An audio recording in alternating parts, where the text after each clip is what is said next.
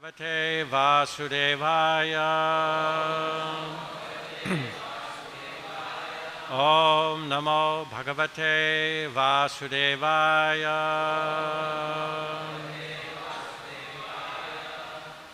We are reading Srimad Bhagavatam, 7th canto, 10th chapter, text 35. Evam cha parshado Vishno putratvam prapito dite hridhi stitena harina vaida bhavena to hato. Evam cha parshado Vishno putratvam prapito dite hridhi stitena harina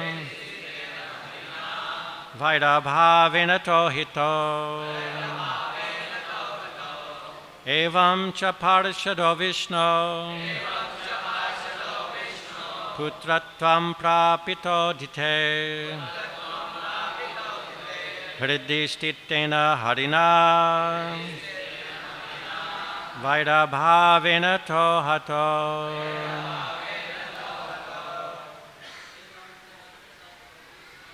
Evam cha parshado Vishno putratvam prapito dite hridhi stitena harina vaida bhavena to hato. Evam cha parshado Vishno putratvam prapito dite hridhi stitena harina vaida bhavena to hato. Evam cha parshado Vishno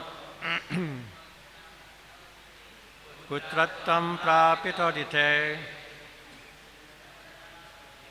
hridhi stitena harina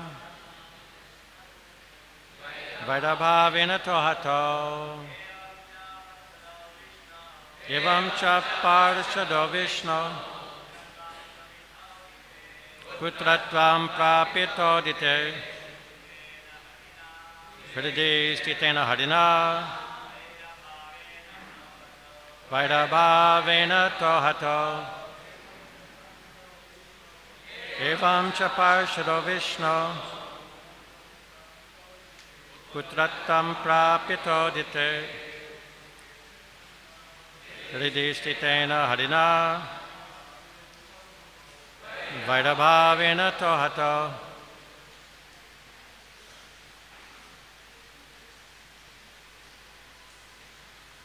Ladies, anyone? Evam cha parshado Vishno putratvam prapito dite hridhi stitena harina vaida bhavena to hato.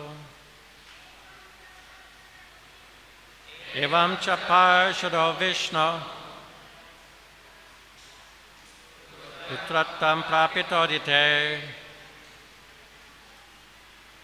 hridhi stitena harina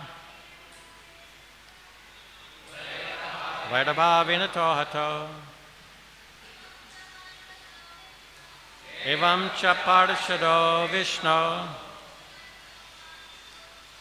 putratvam prapito dite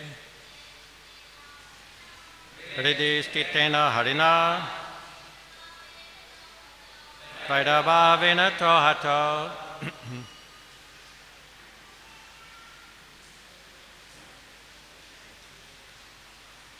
Evam, in this way, cha, also, parshada, the two personal associates, Vishnu of Lord Vishnu, Putratvam, becoming the sons, Prapito, having gotten, Dite, of Diti, Hridi, within the core of the heart, Stitena, being situated, Harina, by the Supreme Lord, Vairabhavena, by conceiving as an enemy, To, both of them, Hato, were killed. Translation. Thus, the two associates of Lord Vishnu, who had become Hiranyaksha and Hiranyakashipu, the sons of Diti, were both killed. By illusion, they had thought that the Supreme Lord, who is situated in everyone's heart, was their enemy. Please repeat. Thus, the two associates of Lord Vishnu, who had become Hiranyaksha and Hiranyakashipu, the sons of Diti, were both killed. By illusion, they had thought that the Supreme Lord, who is situated in everyone's heart, was their enemy. Purport. The discourse concerning Lord Nrsingadev and Prahlad Maharaj began when Maharaj Yudhisthira asked Narada how Shishupal had emerged into the body of Krishna. Shishupal and Dantavakra were the same Hiranyaksha and Hiranyakashipu. Here Narad Muni is relating how in 3 different births the associates of Lord Vishnu were killed by Lord Vishnu himself. First they were the demons Hiranyaksha and Hiranyakashipu.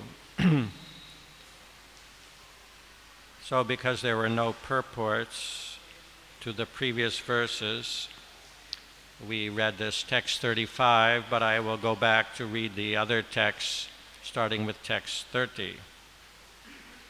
The personality of Godhead replied, "My dear Lord Brahma, O great Lord born from the lotus flower, just as it is dangerous to feed milk to a snake, so it is dangerous to give benedictions to demons, who are by nature ferocious and jealous.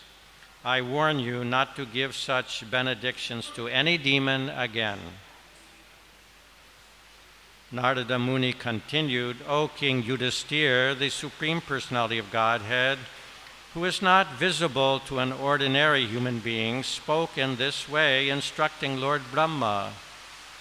Then, being worshipped by Brahma, the Lord disappeared from that place. Prahlad Maharaj then worshipped and offered prayers to all of the demigods, such as Brahma, Shiva, and the Prajapatis, who are all parts of the Lord.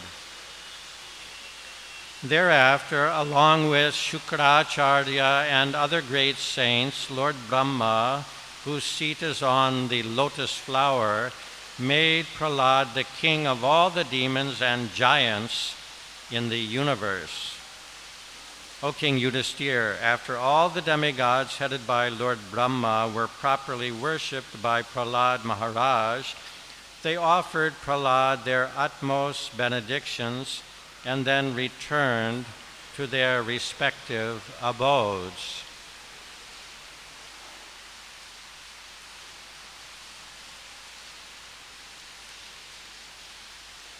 So, having read what we have read, if you were to give a class, as I am now giving the class, what would you talk about? Just think for 1 minute. What would you talk about? Well, what struck me most, actually text 35 begins another section where it describes Jaya and Vijay's three births in the material world. So the previous section actually ends with text 34. And the first text I found very interesting point, where the Lord is instructing Brahma that you have given benedictions to Hiranyakashipu, which made him very powerful, but that power was misused so that he tormented everyone within the universe. So these kind of benedictions are not good. The example given, who remembers, without looking at the book, what is the example given? Yes. Yeah. Prabhupada gave this example a number of times, that out of kindness we may want to nourish and help others, but we have to be careful. Milk fed to a serpent only increases its poison, and that poison then can cause harm to others. So Brahma's benedictions to Hiranyakashipu were like that, giving milk to a snake. It made Hiranyakashipu so powerful, but then he lorded it over everyone in the universe.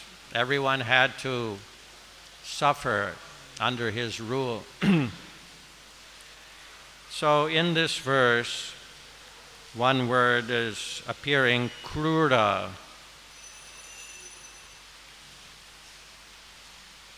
Krura nisarganam, which is translated as persons who are by nature very cruel and jealous. Krura means cruel. And this word also appears in Bhagavad Gita in the 16th chapter, which describes the divine and demoniac natures, especially the natures of the demons are described nicely in the 16th chapter of Bhagavad Gita. And there Krishna says, Tan aham dvishata kruran sangsareshu naradamam chipamya jasram ashubhan asurisheva jonishu. For cruel demoniac persons who are envious even of the Supreme Lord and of all others, and who only give trouble, who create a hellish condition and threaten to destroy the entire world. For these persons, I perpetually put them in demoniac species of life.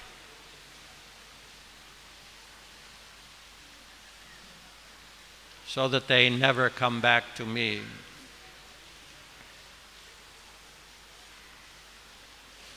So,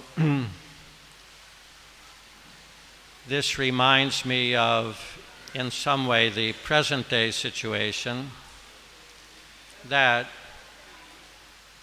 of course, throughout the Vedic literatures, demons and devotees, they performed austerities. And the idea of their austerity is that they would please one of the controllers who would then come and offer them benedictions. The motive behind these austerities, especially of the demons, is I want to get power. Like Hiranyakashipu, he performed terrible austerities. Such austerities which we cannot even imagine how it is possible. It is said that he kept his prana, air of life, circulating within his bones. The ants had eaten all the flesh of his body. Who can conceive of this? So Prabhupada explained again and again, that which is inconceivable, don't try to figure it out. Because you can't. but it is a fact. It's not that everything in existence is within the purview of our senses.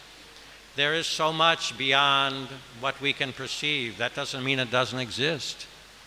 And that is being described. So of course Hiranyakashipu, he wanted to become immortal and he wanted control over the entire universe.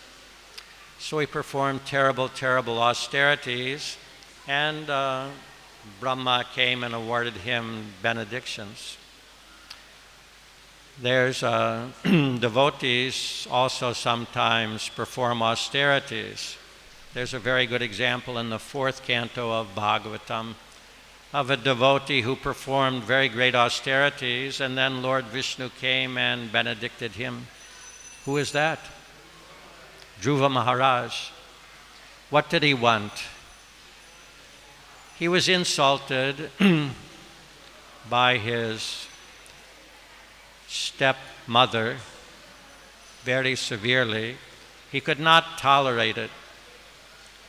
So he wanted to get a kingdom greater than his father, greater than his grandfather. So his mother had advised him, only God, only Lord Vishnu can grant you such a thing. Where can I find Lord Vishnu? Well, sages, they go to the forest. In seclusion, they search for the Lord within the heart. So Dhruva went and he performed very severe austerities, which we also cannot imagine.